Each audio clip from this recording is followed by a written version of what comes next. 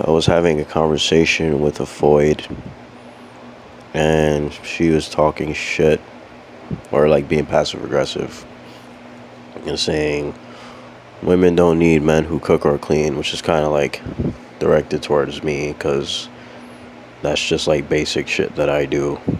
But at the same time, I don't have a job, or I don't like bring home the bacon, I guess you could say. This was a super long conversation, but that kind of stuck out to me because it kind of highlights Foyd projection and just the way that they think.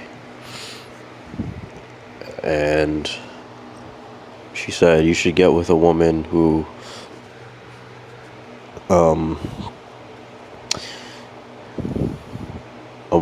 like is like a sugar mama, basically.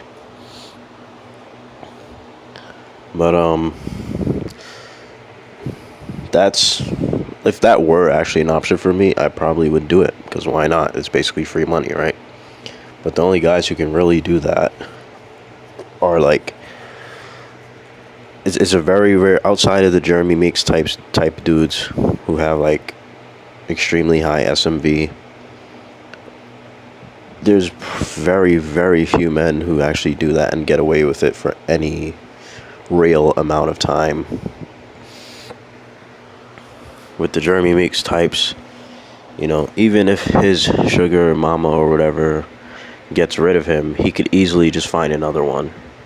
So, whereas with a woman, you really only just need to find one guy to get married to, and then when you get divorced or whatever, you can take half and all that shit.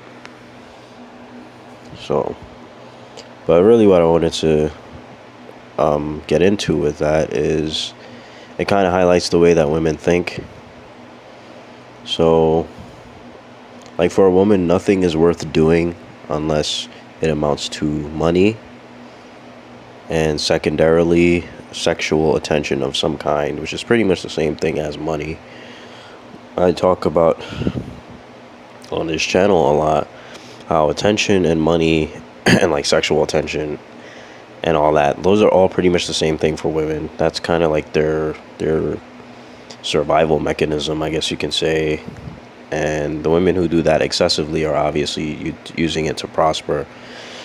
Like I just saw on the insult community, they posted about one of these females who's like making $50,000 a month on Patreon or whatever, because or like then you got titty streamers and stuff like that, and that kind of highlights just how pathetic some guys are, that they actually empower these kinds of people.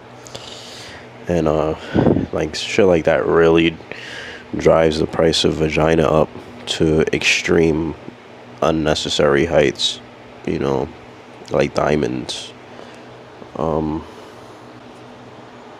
So for women, it's all like nothing is worth doing unless it amounts to some material benefit of some kind. And oftentimes, what amounts to that for them is getting sexual attention or appealing to what men want. So maybe it's no surprise women hate men so much, because they clearly need men desperately in order to survive. So oftentimes what happens is their entire existence kind of centers around what they feel will make them more appealing to men, even though they don't necessarily want to do that. So I guess that's where feminism comes in, because feminism says, oh, you don't need to be feminine, you don't need to shave your armpits, you don't need to do any of this stuff that would make you more appealing to a man. You don't need to do none of that. That's essentially what a feminist says.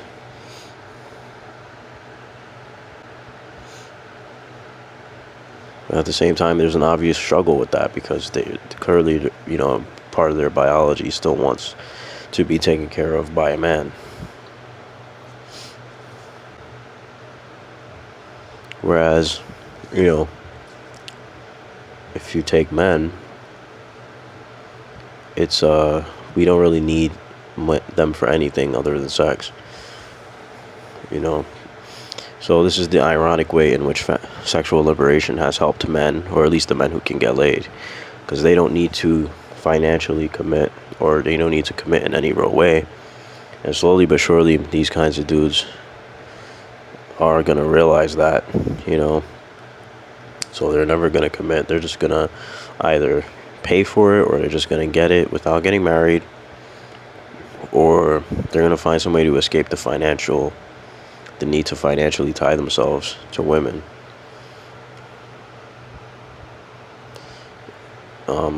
Women do not provide any utility that a man cannot, to a straight man, that another man cannot provide a much superior version of.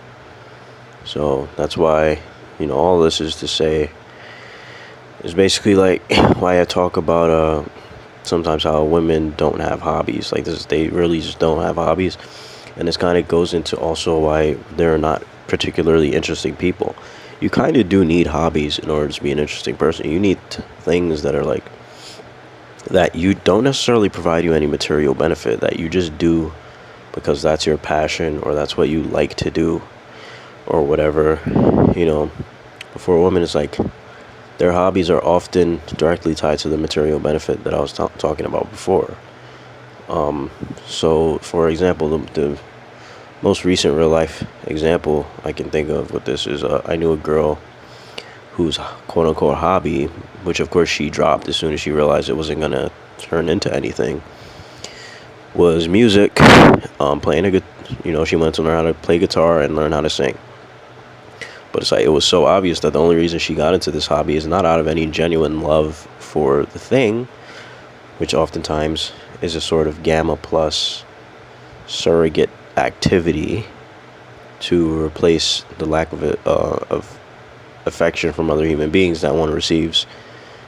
Sort of like oftentimes for a man, a hobby is a way to replace the fact that he receives no real affection from anybody. But anyways, only reason she was into this hobby was because she thought it was going to bring her attention and money. She wanted to be famous, and of course that kind of goes into like how these days females are worship the likes and look up to and try to emulate the likes of Kim Kardashian and Ariana Grande and so on, But make no mistake, women might virtue signal, but for them, the idea of doing something simply because you enjoy it is absolutely absurd, with no sort of financial benefit. It has to be of some material benefit, and this kind of goes into Briffault's law as well. Any benefit that one renders unto a woman is completely forgotten. And I might be a little rusty on this, but it's completely forgotten the moment that the benefit is rendered. Right after, it's So for women, it's all about at best, it's about what you can do in the future for her. And usually, only Chad is gonna get that benefit. Like, okay, if you don't, you might not be doing anything anything good for me. You might not be doing anything really great for me financially right now, but if you show any kind of promise, I'll give you a chance for a little while. And at worst, it's about what you're doing now. What have you done for me lately? What are you doing right this minute to make my material life better, my materialistic life better? How much money are you giving me money right now? Like that kind of thing. So for a guy, particularly if you're a sub-7 guy, it is constant, endless evaluation. You are always on thin ice, and it's all about genetics. The guys that have the privilege of not being on thin ice with women are like Chads, bad boy Chads. I'm not saying there's other guys that are never on thin ice with women, but by and large, the kinds of guys who are going to get that kind of privilege are like the Jeremy Meeks types of the guys. And if you're a sub-7 guy, even the best treatment is not ever going to be enough for her. And I kind of went into this in my previous video about how when an ugly guy wears nice clothes and has a nice haircut and stuff, it doesn't really mean anything. So, if anything, it actually highlights his low value. So, if you're a sub-7 guy like me and you've made the mistake that I often have in my life, I'm going to be totally honest, of treating women good and being nice to them and so on, and being like the good, solid, reliable guy or whatever. You know, to be honest, a lot of that, maybe it's just morality. Maybe it's just being a decent human being. But the very fact that you treat women like that highlights your low value. So, and there's a great example of this that I saw recently, and I almost burst out laughing because I saw a female on Hinge, and one of the things in her profile was, "You must be Christian," or it said, what would it take for you to not date a person or something like that? And she said, them not being a Christian or something like that. Basically, you have to be a Christian to date this girl, according to her. And it's like, obviously, that's bullshit, and it's completely inconsequential. You see the way that these women constantly lie, right? So any black-pilled guy, like, you know for a fact that this woman would date a Satan-worshipping Chad over, you know, over an incel. And this incel could be like, he could be the Pope or something. You know, not that, I mean, the Pope is pretty satanic himself. That's probably a bad example. But let's say that this incel was like a true believing Christian. You know, she would take the satanic Chad, or even Chad Light, or even, you know, let's say that the incel was a devout Christian and he was like a 3.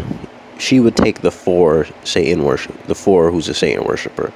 You know, and we all know this obvious. This is the obvious truth to anybody who's black pilled or red pilled. So, you know, maybe not so much red pilled, but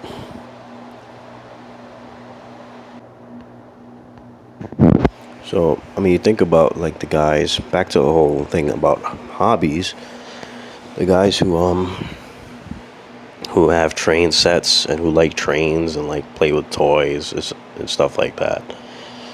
Guys like that are ridiculed, especially by women, you know, by society, and, you know, by men ultimately. It's sort of gender policing in a way.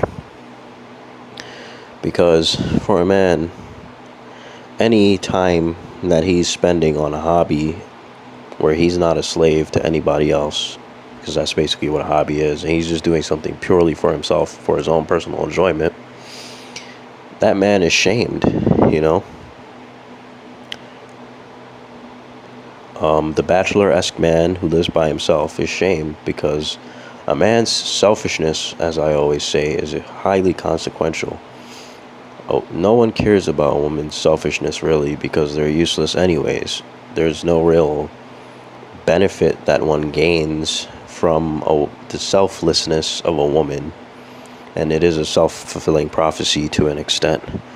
Because, you know, part of the reason women are so useless is because they're so selfish. Society knows it doesn't really miss out on anything when a woman opts out of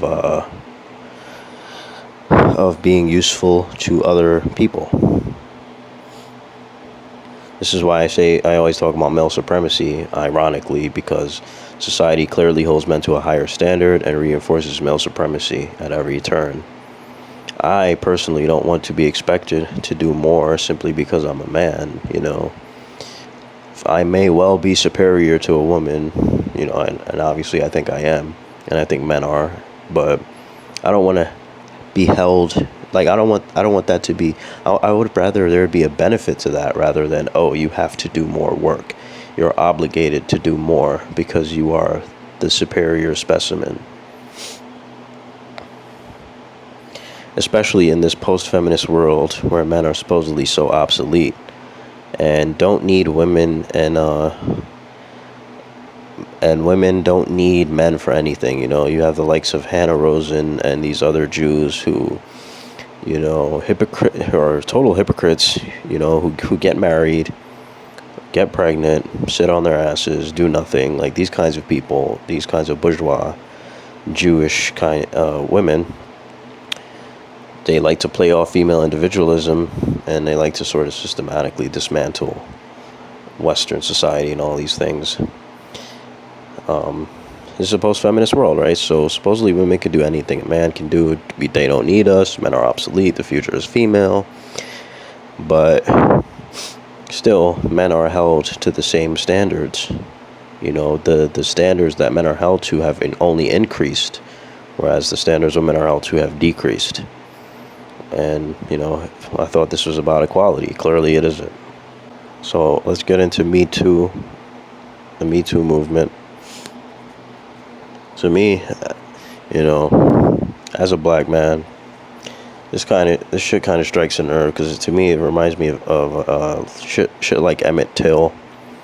If you don't know what that is, Emmett Till is basically a little kid, like a little black kid, who catcalled a white woman, and some white guys, probably Jews. You know, history has probably whitewashed this whole thing, and they basically like beat him, tortured him, and like tied some heavy object to him and threw him in the river and shit like that. And you look in 2019, you look at the Me Too movement, and you see the men who apparently, you know, I don't follow the Me Too movement religiously, but apparently the men who have suffered the most from this are the black men. Bill Cosby, as far as I know, is in jail. R. Kelly's being torn apart. You know, the likes of Harvey Weinstein and various other Jews, which even the Jew himself, Larry David, says, you know, it's a lot of Jews who are being called out on this kind of sexual perversion and stuff. Weinstein's free as of now. Roman Polanski, I don't know what he is, but he's free. Like, a lot of these non-black or Jewish offenders are free, who have surely committed much worse offenses than a lot of these black guys. A few of them probably lost their jobs or whatever, but I mean, that seems to be the extent of it for them. And I was just people think that racism and sexism exist in vacuums, and they really don't. Emmett Till was obviously racist, but it was also sexist. I mean, what do you think the odds of that happening? What were the odds of that happening to a black girl? Surely much lower. You know. So this is kind of the pedestalization of women that you see at play here, particularly attractive white women or whatever. And you can compare Emmett Till to Mary Fagan, who I talked about in my very first BitChute video about blacks and Jews. It's a very long video. That was the video that got me banned from YouTube, you know, despite the fact that it's not offensive whatsoever. But the ADL and organizations like this have YouTube and Google and so on by the balls, because both those companies are owned by Jews. So, of course, they're going to bend over for the ADL. But the ADL is actually connected to that Mary Fagan story, because, as I recall, the ADL was founded because of Mary Fagan, who was raped and killed by a Jewish man. And the ADL was founded to sort of protect him, and legally and so on. And the Jews put the fix in, and this man was exonerated or whatever. He's let off for the crime, or found not guilty, or whatever you want to call it. And this is actually supposedly how the KKK was founded as well, because then a bunch of white men gathered together and they lynched him, you know, because they felt like they didn't get justice. But anyways, I'm gonna move on. So I was just thinking about idiots on Reddit again, and I posted my picture on there, and somebody's talking about I forgot why exactly I was thinking about this earlier, but somebody was talking about, don't wear that red shirt, it makes you look childish.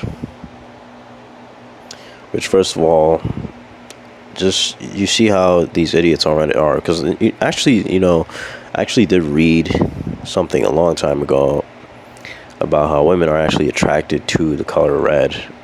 That's like the most attractive color for women, and it's my favorite color. And the only reason I wear red t-shirts so much is because of my old job actually made us wear red t-shirts. I mean, not like forcibly, but it was like, you're supposed to wear red, because that was like the company color or whatever the fuck, like it's a gang or some shit. But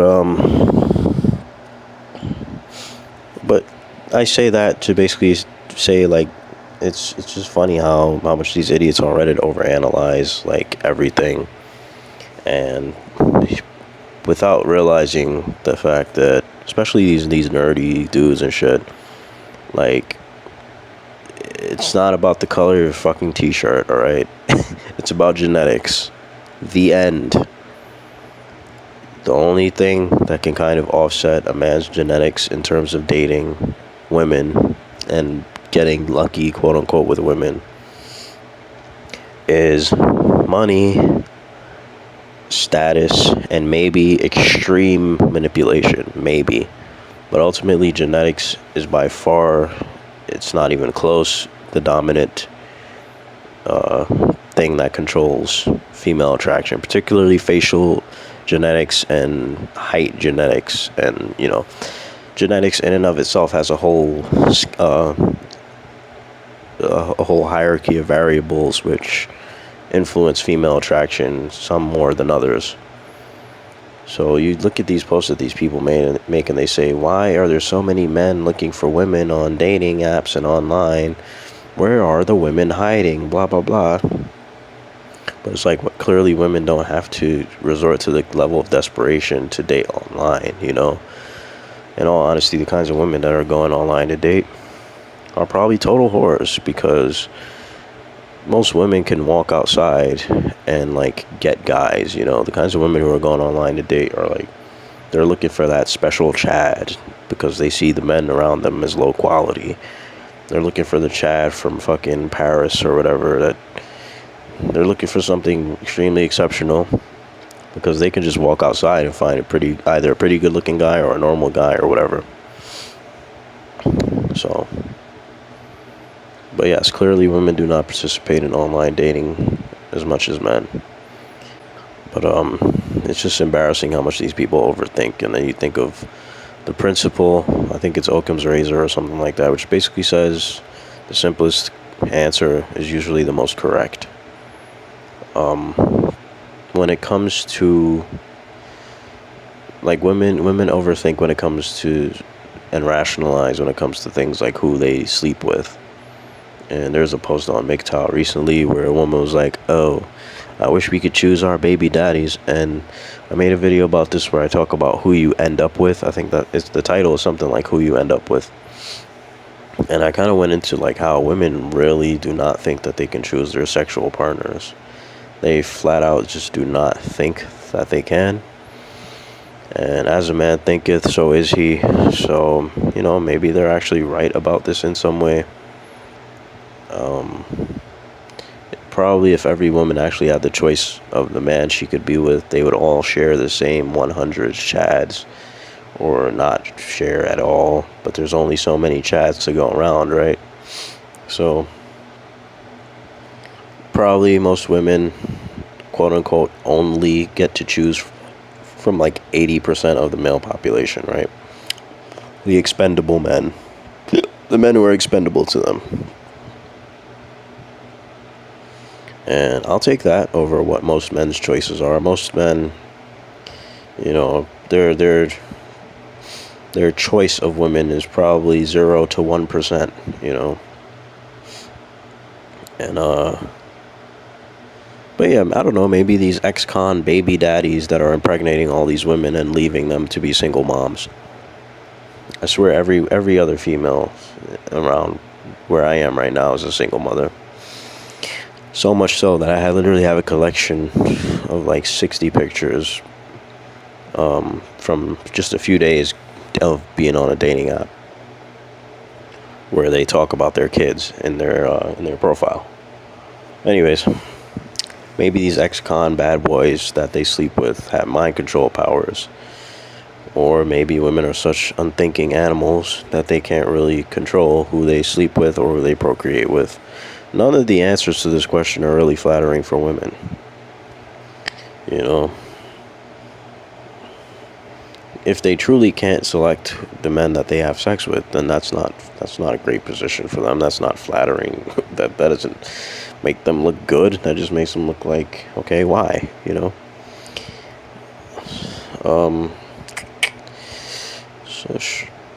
These women are supposedly so strong and independent and can choose their own fate and so on, but just not when it comes to what cock they sit on, right? Which is really the most important thing for a woman, if you think about it. You know, this is the man who's going to father your children. That's like the most important decision that a woman could ever make in her life. So, and then you have this whole narrative where society apparently pressures women into sleeping with deadbeat men, which is obviously totally absurd. This world is totally engulfed in just world fallacy, and women are wonderful. It really is.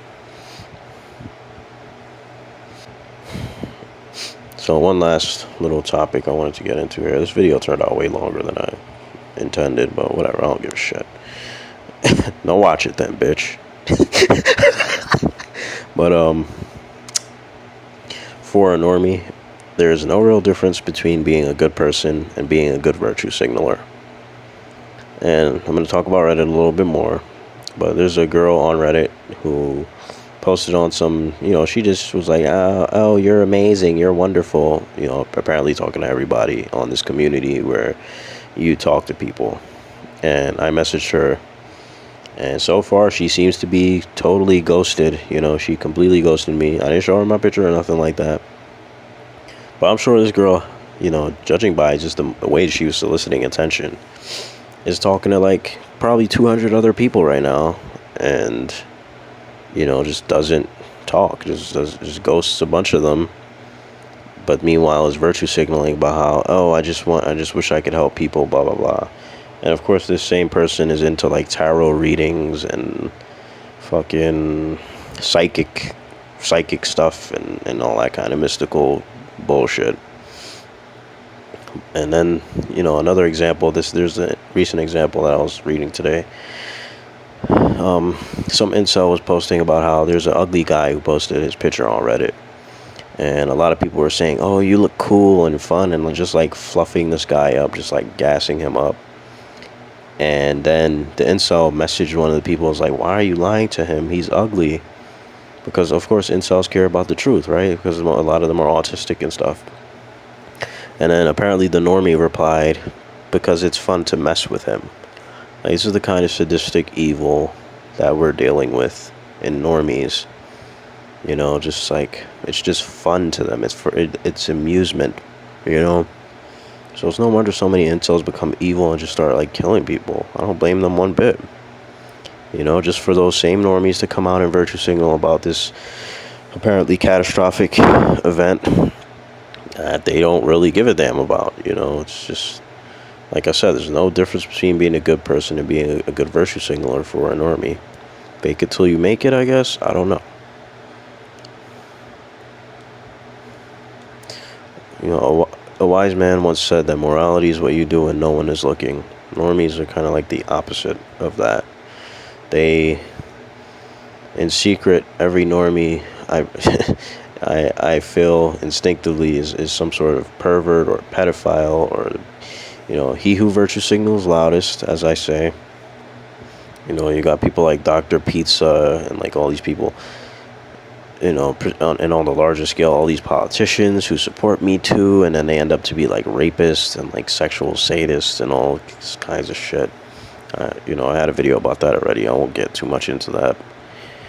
And another thing is like, you just see how fast a normie turns to ridicule when faced with even the slightest criticism.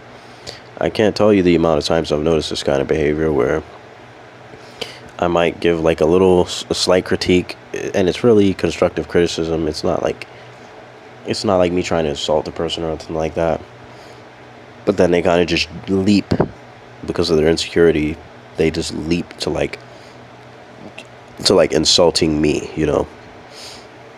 I can't tell you the amount of times I kind of said the slightest criticism about somebody and they just leapt to "you're a nigger" or like some shit like that. And this is the same person who's like probably just 2 seconds before was pretending to be so nice. So, you know, you just there's little ways that you can get normies to show their true colors. And because I mean, clearly that sentiment was already in your heart. If you're nice to me, and then I'm like, I give the slightest criticism, and then you just jump to, oh, you're a nigger, or like you're black, or some shit like that. Normies basically live because of their insecurity to put other people down, you know, and it's all about feeling superior and stuff like that. And this incel was talking about how the normie world is psychopathic, and it really is. It truly, really is. If you think about it, like human beings, since we've existed, it seems like we've selected for a psychopathy. You know, think about it. Like the single moms, the men that they sleep with, the bad boy chads. Like we have selected for psychopathy from the very inception of our existence. And, you know, reasons I'm anti-natalist, basically.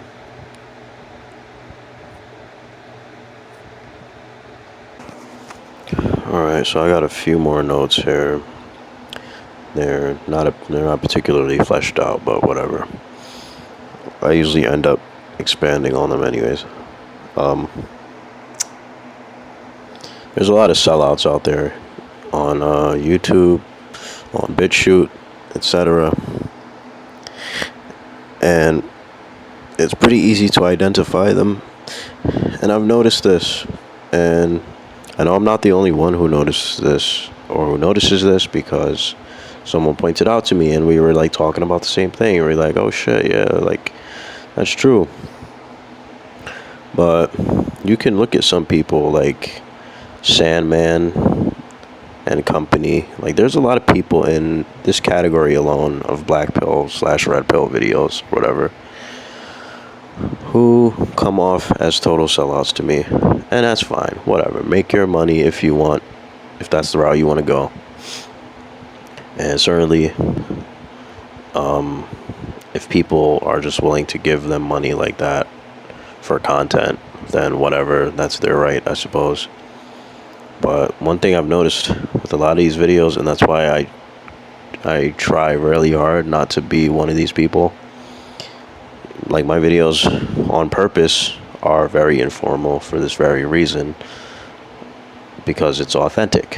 You know, like I just want to turn my shit on, turn my microphone on or whatever, and just record with some scattered notes or whatever. But that's kind of one of the signs of a person who has sold out and wants to make money on YouTube or whatever. Because guess what? Inevitably, you must bow to the Jews if you are one of these people. You cannot criticize them. You cannot talk about them. Especially with the advanced algorithms now that they have, where if they can detect just certain words that you're saying and censor them or whatever, you can't do that, because guess what? Your channel's going to get taken down. They own the biggest platforms that exist. I got banned because I made a video about blacks and Jews. There's literally nothing offensive about that video. But of course, anything that criticizes Jews or like talks about them, even in some cases, sometimes it's not even a matter of criticizing, it's just a matter of talking about them, then you're subject to a ban, and then you're taken down, you're demonetized or whatever. So that's why, because I can't stomach that. I can't live with not being able to talk the way that I want to talk. I don't give a shit about the money at the end of the day. Like, if I can't say the shit that I want to say, there's no point to me. So that's, to me, is how you identify a sellout, because they have very politically correct videos. They might not be, the overall ideology that they're preaching might not be politically correct or accepted in the mainstream or whatever, but they're still very politically correct. There's very little rhetoric. It's kind of like a mechanical presentation of ideas and or facts. There's very little emotion involved. And that's kind of how I've identified these kinds of people. And I don't trust them because I know that so much of your dialogue is controlled by what is acceptable, what's going to get you the most views, and what's going to allow the Jews who own YouTube and so on to say he's okay. Let's allow his channel to exist, and let's allow him to put ads on his channel. Let's allow him, to have PayPal, Patreon, and all this kinds of stuff where you can make money. Like I said, fine. That was a crossroads for me when I started my channel, because I was thinking, do I actually want to make money off of this? But I realized that it was inevitable that I would have to compromise my message, and I'm not trying to do that shit. So there's just so many people out there like this on YouTube. Most YouTubers are like this. I promise you, most people on BitChute are probably like this, and they're looking to monetize. And in that pursuit, and this kind of goes into what I was talking about in a previous video about how, like, a lot of these people, they want to sell themselves out for, they don't want to compromise their access to Jewish gold or whatever. Yeah, just a lot of these people that's their top priority, and they might not come off. I mean, obviously they're not just going to come out and say that, but it's so obvious, you got to read between the lines. Anyways, men are the sacrificial lambs of society. Probably the best encapsulation of this truth or representation is I visited a university recently. Well, not recently, but it was like 2 years ago or something like that. And this was the first time I saw this kind of ridiculous thing, which has become sort of a meme, which is like, there will be a female bathroom, and then there will be a gender-neutral bathroom, and that's it. No men's bathroom. So men are expected to sacrifice on every level, This is an anti-male society. That things like that is like, you see things like that, and it's just become so obvious, We're expected to give up our masculinity, which is considered to be toxic. We have to sacrifice. And I was supposed to go a little bit more into this, but that's all I had written down here, so whatever. But it makes total sense if you think about it. Our society, female individualism is the rule of the day. Women are wonderful. It's the rule of the day. Men are expected to sacrifice in every way, shape, or form. Physical, do all the dangerous jobs. Mental, be nicer to women. You're never being nice enough to women. You're never being good enough for women. You're never making enough money for the woman that you're with. Like, you're never enough. It's not enough to just merely exist as a man. As the saying goes, women are human beings and men are human doings.